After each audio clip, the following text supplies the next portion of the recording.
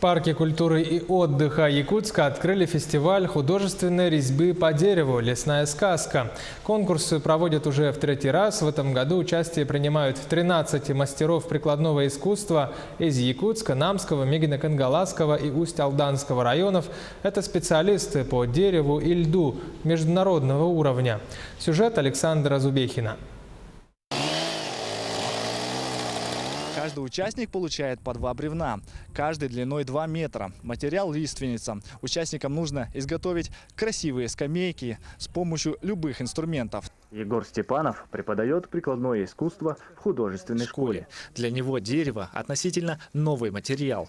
Четверть века работал с бетоном и льдом. Скамейку делал лишь однажды. Скамейка — это тоже, думаю, очень хорошо.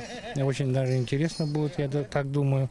Опыт показывает, что никто раньше времени никогда не заканчивал. Всегда нехватка времени.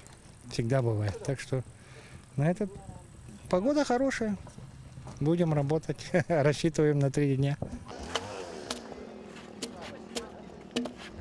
Василий – победитель и призер предыдущих фестивалей «Лесная сказка». Мужчина – мастер ледовых скульптур. В этом году участвует с сыном. Не в одной команде, они конкуренты. Резьба по дереву – это раньше забылось. Вот парк культуры и отдыха, он возобновляет это искусство.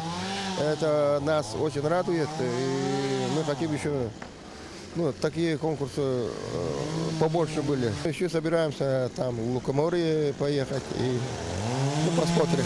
Планы большие. В это воскресенье новые скамейки оценят члены жюри. Победителя выберут по степени законченности композиции и раскрытию темы. Подведя итоги конкурса, готовые работы разместят на территории парка. Александр Зубехин, Дилус Иннокентьев, Якутск.